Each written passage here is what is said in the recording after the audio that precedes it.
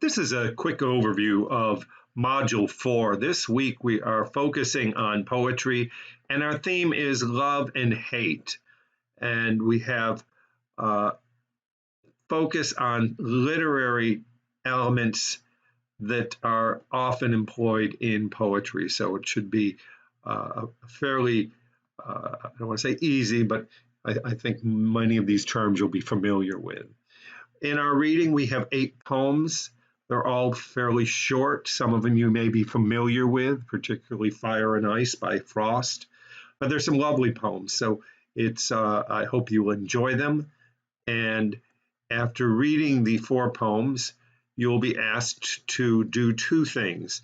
There is a quiz, and it is 10 questions, and it looks at your ability to recognize some of the elements in the poems and to describe or define some of the terms. Note that the quiz is available for 3 attempts, so you should be able to do fairly well taking that quiz. Finally, the major assignment this week is the journal. And in the journal, it is an annotation. You'll be selecting one of the poems from the selection of 8. Note, if you really have your heart set on another poem within the context of the textbook, just shoot me an email and I will most likely be perfectly all right with that. But in selecting your poem and annotation, you're going to be asked to do a few things, and that includes identifying the theme of the poem, writing an introductory paragraph that shares that theme and identifies 2 elements within the poem that support it.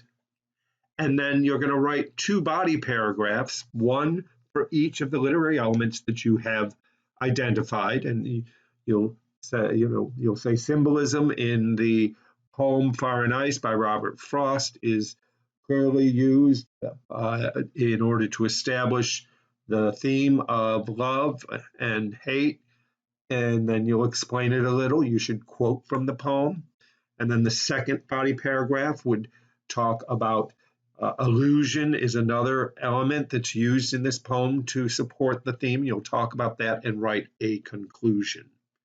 But generally, that is the assignment. It can be confusing because they provide a worksheet. And sometimes the worksheets are like, which do I use? Well, follow the rubric, write your journal based on these criteria, and you will be fine. So again, it is fairly relaxed as we can be module, and I hope that you enjoy some of the poems, and I look forward to reading your journals.